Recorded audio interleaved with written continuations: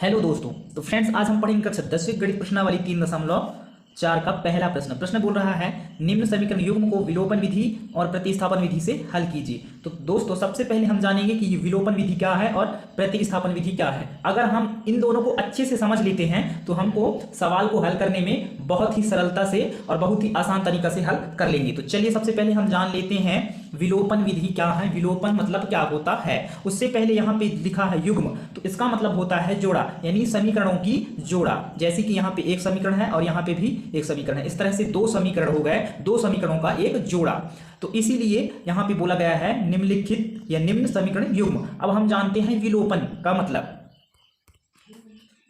तो दोस्तों, विलोपन का मतलब होता है कि किसी एक पद को विलोपित कर देना, शून्य कर देना या हटा देना। जैसे यहां पे क्या दिया है, 3x ऋण 5y ऋण 4 बराबर 0। यहां पे दिया है 9x बराबर 2y ऋण धन 7।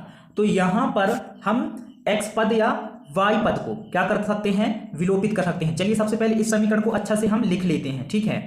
तो यहां पर इस समीकरण को लिख लेते हैं। वीडियो जो है लंबा होने वाला है, क्योंकि आपको छोटी से छोटी बात बताने वाला हूं मैं इस वीडियो में, ताकि आप जो है विलोपन और प्रतिस्थापन विधि को समझ जाएं और इससे रिलेटेड जो भी प्रश्न बनेंगे आप आसान से सरलता से हल कर पाएंगे। तो सबसे पहले यहां पे जो समीकरण दिया है उसको लिख लेते हैं। क्या दिया है, 3x ऋण 5y बराबर 4 हो जाएगा, क्योंकि यहाँ पे ये बराबर की साइड है 4, तो बराबर की साइड लाएंगे तो बराबर की साइड क्या दिया है, 0 दिया है। तो ऋण में है ये 4 तो हो जाएगा धन में 4, और ये 0 हट जाएगा। मतलब 0 के साथ किसी भी संख्या को जोड़ेंगे या घटाएंगे तो क्या आएगा, जो वो संख्या है वही आएगा। मतलब जैसे यहाँ पे 0 है और धन 4 होगा तो आंसर क्या आएगा, 4 ही आएगा। इस तरह से ये 4 आ गया। तो दोस्तों, ये बन गया आपका समीकरण नंबर, इसको दे देते हैं हम समीकरण नंबर 1, ठीक है। और दूसरा समीकरण आपका क्या बनेगा, यहाँ पे 9x है तो 9x और ये जो y है बराबर के बाद उसको बराबर के साइड ले आएंगे, तो y अभी धन में है 2y, तो यहाँ पे हो जाएगा ऋण 2y। अब बराबर के इस साइड यहाँ पे क्या बच रहा है, धन 7 बच रहा है। इसको दे देते हैं हम समीकरण नंबर 2। और हम सबसे पहले समझ लेते हैं विलोपन विधि को, ठीक है। तो यहाँ पे मैं लिख लेता हूँ क्या, विलोपन विधि।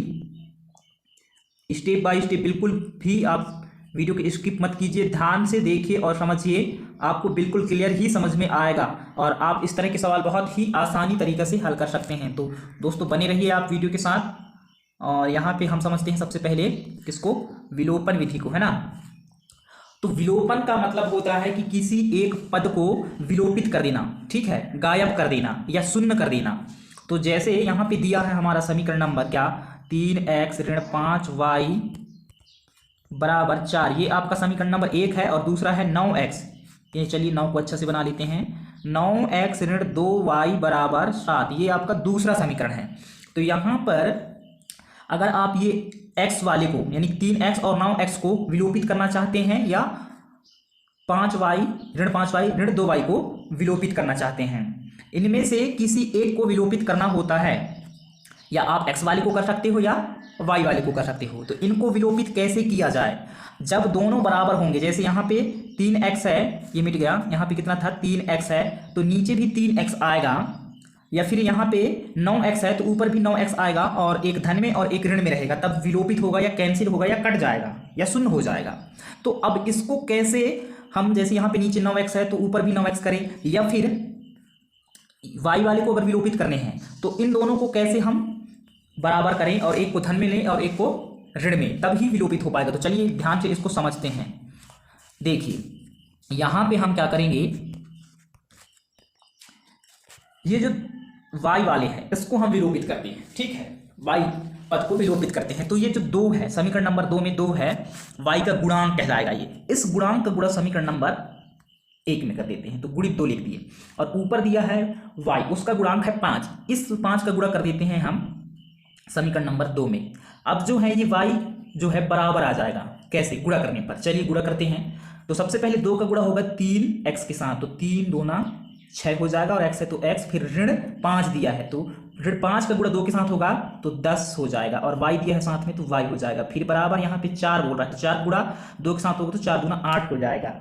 अब उसी प्रकार यहाँ ये 5 का गुणा सबसे पहले 9x के साथ होगा तो 9 पना 45 x हो जाएगा, फिर 2y के साथ होगा तो ऋण में है 2 तो ऋण, और 5 गुना 10 हो जाएगा, y है तो y बराबर 7 पना 35, इस तरह से गुणा कर लिए। अब यहाँ पे आप देख सकते हो कि y जो है क्या है, बराबर आ गया है ना, दोनों एक जैसे आ गए, ऋण 10y ऋण 10y दोनों बराबर हैं। लेकिन अब ये विलोपित नहीं हो रहे हैं क्योंकि दोनों ऋण में हैं, ऋण 10y ऋण 10y, तो ये तो विलोपित होंगे नहीं, ये तो जुड़ जाएंगे। तो इनको विलोपित करने के लिए क्या किया जाता है, चिन्ह को जो है चेंज कर देते हैं। यहाँ पे हम इसको धन कर देते हैं, नीचे वाले ऋण 10y को धन 10y कर देंगे। अब ऊपर ऋण 10y और नीचे धन 10y आपस में कैंसिल हो गए, विलोपित हो गए, यानी शून्य हो गया, कट गया, ठीक है। इसीलिए इसको कहा गया है विलोपन विधि।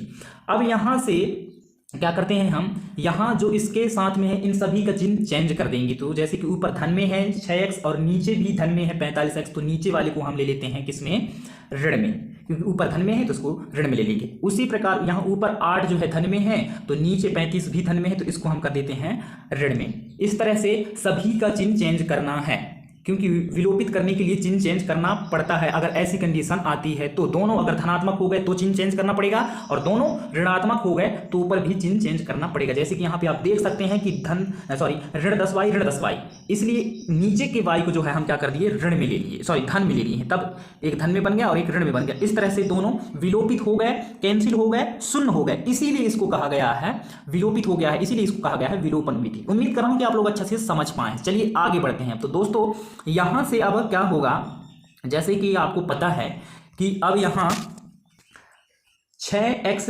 ऋण 45x बोल रहा है, तो 45x में 6x घटा देंगे तो कितना बचेगा, 39x बचेगा। फिर यहां पे बराबर 35 में 8 घटा देंगे तो कितना बचेगा, 27 बचेगा। तो इस तरह से 39x बराबर 27 आ गया। अब हमें x का मान चाहिए, तो x बराबर 27 बटे ये वाला 39 हो जाएगा। अब इसको हम काट देते हैं, ये कट जाएगा 3 से, तो 3 एकम 3, 3 तिहाई 9 और 3 नम 27।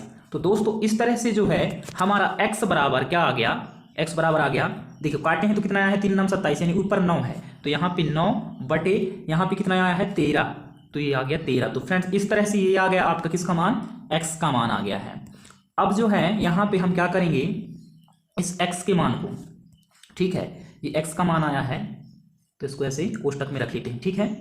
अब इस x के मान को यहाँ पे हम लिख लेते हैं, x बराबर 9 बटे कितना आया है 13, तो 9 बटे 13 को, x बराबर 9 बटे 13 को समीकरण नंबर किस में, 1 में रख देते हैं। 1 में रखने पर दोस्तों वीडियो पसंद आ रही होगी तो वीडियो को लाइक जरूर कीजिए, और वीडियो लंबा इसलिए हो रहा है क्योंकि आपको स्टेप बाय स्टेप बहुत ही सरलता से बताने की कोशिश कर रहा हूं। उम्मीद कर रहा हूं कि और आप लोगों को समझा भी पा रहा हूं मैं। कमेंट्स करके जरूर बताइए आपको समझ में आ रहा है या नहीं। तो दोस्तों x बराबर क्या आया है, 9 बटे 13। अब इसको समीकरण नंबर 1 में रखने पर, और हमारा समीकरण नंबर 1 जो है क्या है, 3x ऋण 5y बराबर 4, ये है आपका समीकरण नंबर 1।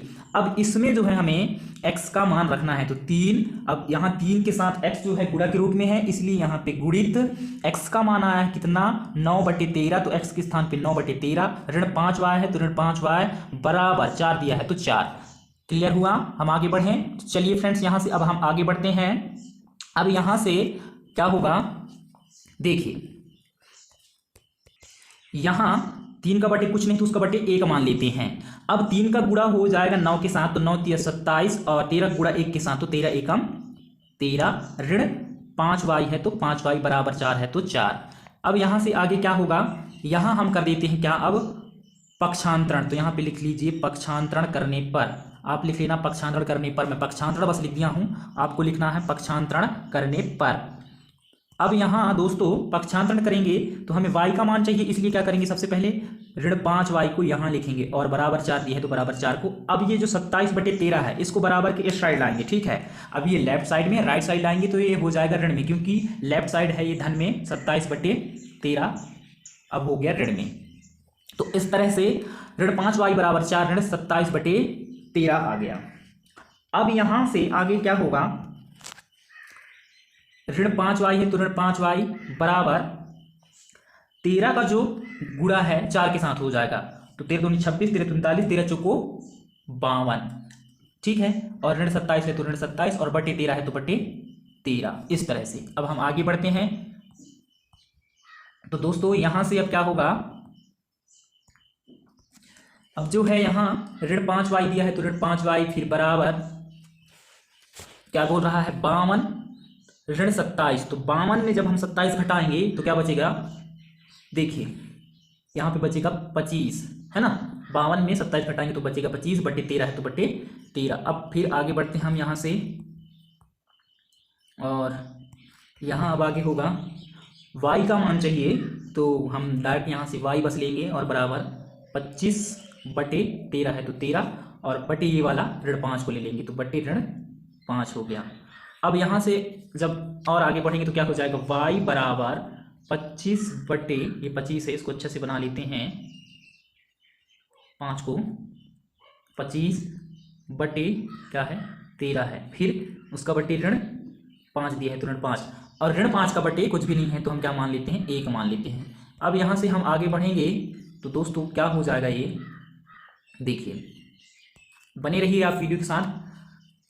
y बराबर, अब यहाँ आगे क्या होगा, देखो y है तो y बराबर है तो बराबर, और 25 बटे 13 दिया है तो 25 बटे 13, और यहाँ पे हम गुणा करके क्या करेंगे, एक को जो है ऊपर ले आएंगे और बटे में ऋण 5 ही रह जाएगा, ठीक है। तो ये ऋण जो है नीचे नहीं रहता कभी भी हो, ये ऊपर ही रहता है, यानी कि ऋण 1 में आ जाएगा ये इस तरह से। तो दोस्तों यहाँ पे क्या हो जाएगा, इस 5 से ऊपर की 25 को काटेंगे तो 5 एकम 5, 5 25 इस तरह से। अब यहाँ पे क्या आ गया, y बराबर 5 गुणित ऋण 1 आ गया तो क्या हो जाएगा, गुणा हो जाएगा तो ऋण 5 एकम 5, और बटे यहाँ पे 13 है तो 13। तो इस तरह से दोस्तों ये आ गया आपका किसका मान, y का मान। और x बराबर क्या आया था फ्रेंड्स, जैसे कि आपको मालूम है 9 बटे 13। तो दोस्तों ये है आपका x का मान और ये है आपका y का मान। तो फ्रेंड्स ये था विलोपन विधि इस तरह। तो फ्रेंड्स अब इसी समीकरण को, जो कि हमारा समीकरण फर्स्ट क्या है, 3x ऋण 5y बराबर 4, दूसरा समीकरण 9x ऋण 2y बराबर 7। अब इस समीकरण को प्रतिस्थापन विधि से हल करेंगे। तो सबसे पहले हम समझेंगे कि प्रतिस्थापन विधि क्या है, इसके बाद आपको जो भी सवाल हल करना है आपको बहुत ही सरलता से हल हो जाएगा अगर आप इस चीज़ को समझ गए तो। इसलिए वीडियो के साथ बने रहिए, हम हल करते भी जाएंगे और समझते भी जाएंगे, ठीक है, ताकि हल करेंगे और समझेंगे तो हमें ज़्यादा अच्छा से समझ में आएगा। विलोपन विधि तो हम समझ गए हैं और हल कर लिए हैं, अब प्रतिस्थापन विधि को समझते हैं। तो यहाँ पे मैं बता देता हूँ, प्रति इसका मतलब होता है कॉपी, है ना। स्थापन इसका मतलब क्या होता है, स्थापना करना, यानी यहाँ पे दो समीकरण दिए हैं, फर्स्ट समीकरण और दूसरा समीकरण, तो किसी एक समीकरण का उपयोग करके एक दूसरा समीकरण बना लेना, है ना, ये कहला गया प्रति। तो चलिए हम यहाँ से समीकरण नंबर किसी भी एक समीकरण को ले लेते हैं, आपको जो सरलता महसूस हो उसी समीकरण को ले लीजिए। यहाँ पे मैं समीकरण नंबर 1 को ले लेता हूँ, समीकरण नंबर 1 से। तो हमारा समीकरण नंबर 1 क्या है, 3x ऋण 5y बराबर 4, ये है आपका समीकरण नंबर 1। अब इसको हम पक्षांतरण करके क्या करेंगे, या प्रति करके क्या करेंगे, एक नया समीकरण का निर्माण कर लेते हैं। तो चलिए कर लेते हैं दोस्तों, यहाँ पर क्या होगा, पक्षांतरण करके, ठीक है। तो आप लिख भी सकते हो क्या, पक्षांतरण करने पर, यहाँ पे लिख सकते हो क्या, पक्षांतरण करने पर। तो यहाँ पर क्या हो जाएगा, 3x है तो 3x, फिर बराबर 4 है तो 4। अब यहाँ से ऋण 5y बोल रहा है तो बराबर के इस साइड आएगा तो ये धन 5y हो जाएगा, धन 5y इस तरह से। अब हमें x का मान चाहिए यहाँ से, तो क्या करेंगे, x का मान चाहिए, इसीलिए यहाँ पर हम इसको क्या करते हैं, x बस लेंगे यहाँ से, x, ये अच्छा से नहीं बन रहा है, क्यों नहीं चल रहा है अच्छा से, यहाँ x है तो x, फिर बराबर 4 धन 5y, अब बटे में ये 3 को लिख लेते हैं तो बटे 3। इस तरह समीकरण 1 का उपयोग करके हम समीकरण नंबर 3 बना लिए, ठीक है। आपको भी यही चीज करना है। अब देखो ये समीकरण नंबर 3 बन गया, इस समीकरण नंबर 3 में x बराबर आया है, यानी x का मान आया है। अब इस x के मान को उस समीकरण में रखना है जिस समीकरण का हम यूज नहीं किए हैं। तो किस समीकरण का यूज नहीं किए हैं, समीकरण नंबर 1 का तो यूज करके हम समीकरण नंबर 3 बनाए हैं, लेकिन समीकरण नंबर 2 का यूज नहीं किए हैं। तो इस x के मान को हम कहाँ स्थापित करेंगे, समीकरण नंबर 2 में, इसीलिए इसको कहा गया है प्रतिस्थापन विधि, यानी पहली समीकरण का यूज करके एक नया समीकरण बना लिए 3। अब इस समीकरण को कहाँ स्थापित कर देंगे, समीकरण नंबर 2 में, जिसमें हम यूज नहीं किए हैं जिस समीकरण को। तो यहाँ पे हम किस समीकरण को यूज नहीं किए हैं, समीकरण नंबर 2 को। तो यहाँ पर हम लिखेंगे दोस्तों, क्या लिखेंगे, यहाँ पर हम ये लिखेंगे x बराबर क्या है, 4 धन 5y बटे 3 को समीकरण किसमें, 2 में रखने पर क्योंकि हम समीकरण नंबर 2 का यूज अभी तक नहीं किए हैं। जिस समीकरण का यूज करना है उस समीकरण में नहीं रखना है ना। तो हम समीकरण नंबर 1 का यूज किए थे, समीकरण नंबर 2 का यूज नहीं किए हैं। तो दोस्तों हमारा जो समीकरण नंबर 2 है वो क्या है, 9x ऋण 2y बराबर 7। ये है आपका समीकरण नंबर कितना, दूसरा। ठीक है, तो इसमें हमको रखना है x का मान। तो यहाँ पे 9 है तो 9 के साथ जो है x गुणा के रूप में है, तो यहाँ पे हम करेंगे गुणित। और x का मान क्या आया है, आप जैसे कि देख सकते हैं ये रखा है x का मान। तो 4 धन 5 y है तो y बटे 3 आया है। तो इस तरह से हम x के स्थान पे x का जो मान आया है, x बराबर आया है, उसको रख दिए। उसके बाद x के बाद क्या दिया है, ऋण 2y। तो यहाँ पे लिखेंगे ऋण 2y, फिर बराबर क्या दिया है 7, आप देख सकते हैं। तो बराबर 7 रख लीजिए। ठीक है, यहाँ पे इसको मैं मिटा देता हूँ, ज़्यादा अच्छा रहेगा फिर, है ना। ये तो ठीक है। अब यहाँ से बराबर ये 7 है तो बराबर 7। अब ये 3 एकम 3, 3 तिहाई 9, ये कटनी योग है तो इसको हम काट दिए। अब आगे बढ़ते हैं, तो यहाँ पे क्या हो जाएगा। अब चलिए बने रहिए वीडियो के साथ और कमेंट्स जरूर कीजिए कि आप लोगों को यह वीडियो कैसी लग रही है, समझ में आ रहा है या नहीं। और लाइक करना बिल्कुल भी ना भूलिए, और चैनल पे नए हो तो सब्सक्राइब जरूर कीजिए। ठीक है, और मैं आपको समझा पा रहा हूँ या नहीं इसके बारे में भी कमेंट्स करके हमें ज़रूर बताएं। अब यहाँ से देखिए 3 का गुणा 4 के साथ हो जाएगा क्योंकि गुणा के रूप में है, और 5y के साथ हो जाएगा, है ना। ये 3 का गुणा जो काटने के बाद आया है 3, तो 3 चुक्के 12 धन 3 पछे 15 y दिया है साथ में तो y, उसके बाद ऋण 2y है तो ऋण 2y, फिर बराबर 7 दिया है तो बराबर 7। अब यहाँ से 12 धन 15 ऋण 2y कह रहा है, तो आपस में धन ऋण क्या हो जाएंगे, घट जाएंगे। तो 15 में 2 घटेगा तो कितना बचेगा, धन 13y बचेगा। ठीक है, यहाँ तक आप लोगों को अच्छा से समझ में आ रहा है। उम्मीद कर रहा हूँ कि मैं आप लोगों को अच्छा से समझा पा रहा हूँ। अब हम यहाँ से क्या करते हैं, आगे बढ़ते हैं। फिर बराबर क्या दिया है, 7 दिया है तो 7। चलिए आगे बढ़ लेते हैं दोस्तों। यहाँ से अब क्या होगा, पक्षांतरण कर देंगे। यहाँ भी चिन्ह, चलो सॉरी रंग चेंज कर लेते हैं, कलर चेंज कर लेते हैं। तो यहाँ पे लिख लेते हैं पक्षांतरण करने पर। आप लिख लेना पक्षांतरण करने पर, मैं पक्षांतरण बस लिख दिया हूँ। ठीक है, तो हमें पक्षांतरण करना है तो 13y को पहले ले लेते हैं क्योंकि हमें y का मान चाहिए, और बराबर 7 है तो बराबर 7। उसके बाद ये 12 दिया है तो 12 धन में है, बराबर की साइड आएगा तो ये हो जाएगा ऋण में। अब यहाँ से 13y है तो 13y, फिर बराबर 7 ऋण 12 कह रहा है तो 12 में 7 घटेगा, 7 में तो 12 घट नहीं सकता, तो बचेगा कितना, ऋण 5। क्योंकि 12 बड़ी है किससे, 7 से 12 में ऋण का चिन्ह है, तो हमारा उत्तर जो 5 आया है उसमें भी ऋण का चिन्ह ऋण 5 होगा। उम्मीद कर रहा हूँ कि आप अच्छे से समझ रहे हैं। चलिए अब हम आगे बढ़ते हैं और इस सवाल को हल करते हैं। अब हमें चाहिए y का मान, तो y बराबर क्या हो जाएगा, ऋण 5 बटे ये वाली 13 जो x के सॉरी y के साथ में ये नीचे आ जाएगा हर में। इस तरह से दोस्तों ये आ गया आपका किसका मान, ये है आपका y का मान। ठीक है, और कौन सी विधि से हल कर रहे हैं हम, प्रतिस्थापन विधि से, है ना। विलोपन तो पहले ही कर चुके हैं, तो ये है आपका प्रतिस्थापन विधि। अब जो है दोस्तों यहाँ पे कलर चेंज कर लेता हूँ मैं थोड़ा से। इस y के मान को समीकरण नंबर किस में रखना है, हमें 3 में रखना है ना। तो यहाँ पे लिखेंगे y बराबर ऋण 5 बटे 13 को समीकरण नंबर कितना में, यहाँ समीकरण नंबर 3 में रखने पर। तो दोस्तों जब हम समीकरण नंबर 1 को पक्षांतरण किए थे तब हमारा समीकरण नंबर 3 क्या बना था, x बराबर 4 धन 5y। चलिए कलर चेंज करके लिखूंगा तो ज़्यादा उचित रहेगा यहाँ पे, है ना, क्योंकि सफ़ेद ही सफ़ेद हो रहा है, इसलिए यहाँ पे हम कलर चेंज कर देते हैं। तो हमारा जो समीकरण नंबर 3 है, x बराबर 4 धन 5y बटे 3, ये है आपका समीकरण नंबर 3। इसमें हमें y बराबर रखना है ऋण 5 बटे 13 क्योंकि y का मान आ चुका है। तो चलो दोस्तों रख लेते हैं, और आप वीडियो के साथ बिल्कुल भी बने रहिए, स्किप बिल्कुल भी मत करना। अगर आप स्किप कर रहे हो तो आप कुछ चीज़ चुका सकते हो, भुला सकते हो, जो आपको नहीं बनेगा, है ना। तो यहाँ पे देखिए आप x दिया है तो x है ना। चलिए इसको थोड़ा सा छोटा कर लेते हैं, इतना ही छोटा होगा ये। अब यहाँ से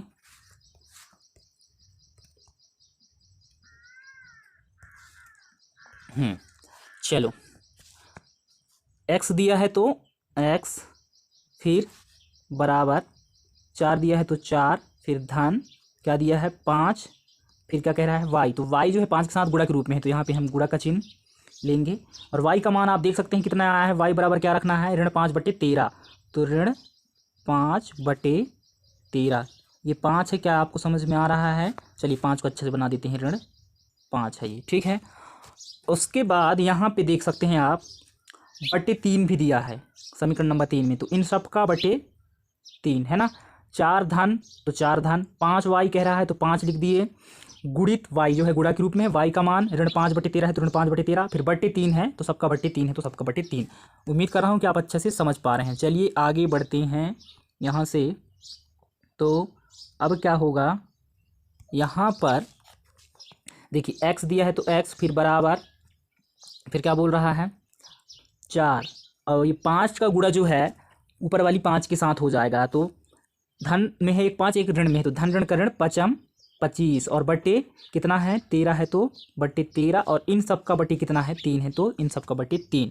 अब यहाँ से क्या होगा, यहाँ पर लिख लेते हैं x बराबर, देखिए ये 4 का गुणा 13 के साथ हो जाएगा, तो कितना हो जाएगा 13 चौको 52, तो यहाँ पे आ गया 52, और ऋण 25 दिया है तो ऋण 25, फिर बटे कितना दिया है 13 दिया है तो 13, और इन सब का बटे कितना दिया है 3 दिया है तो 3, और 3 का बटा कुछ नहीं तो इसका बटा भी हम 1 ले लेते हैं, जिसका बटा कुछ नहीं उसका बटा 1 मान लिया जाता है ना। अब यहाँ से हम आगे बढ़ते हैं, तो क्या होगा दोस्तों, चलिए बने रहिए वीडियो के साथ, बिल्कुल भी स्किप नहीं करना है आपको, तो ही आपको अच्छे से समझ में आएगा, है ना। अब यहाँ से देखिए x बराबर क्या दिया है 52 ऋण 25 कह रहा है, तो 52 में जब आप 25 घटाएंगे तो कितना बचेगा 27 बचेगा, है ना 27, फिर बटे 13 है तो 13, है ना। और यहाँ पे क्या कर लेंगे, अब गुणा में करके 1 को ऊपर ले जाएंगे, और ये जो 3 है तो 3 में ही रहेगा, ये वाला 1 कहाँ चला गया ऊपर में, क्योंकि गुणा में कर लिए हैं इसलिए। अब यहाँ हम काट देते हैं तो क्या हो जाएगा 3 एकम 3, 3 27, क्योंकि कट रहा है इसलिए काट देते हैं। अब क्या बच रहा है x बराबर 9 गुणित 1 बच रहा है, अब 27 तो कट गया तो 9 एकम 9, और बटी क्या बच रहा है 13, गुणा 1 के साथ करेंगे तो 13 एकम 13। तो दोस्तों इस तरह से ये आ गया आपका किसका मान, x का मान, है ना, ठीक है। ये है आपका किसका मान, x का मान।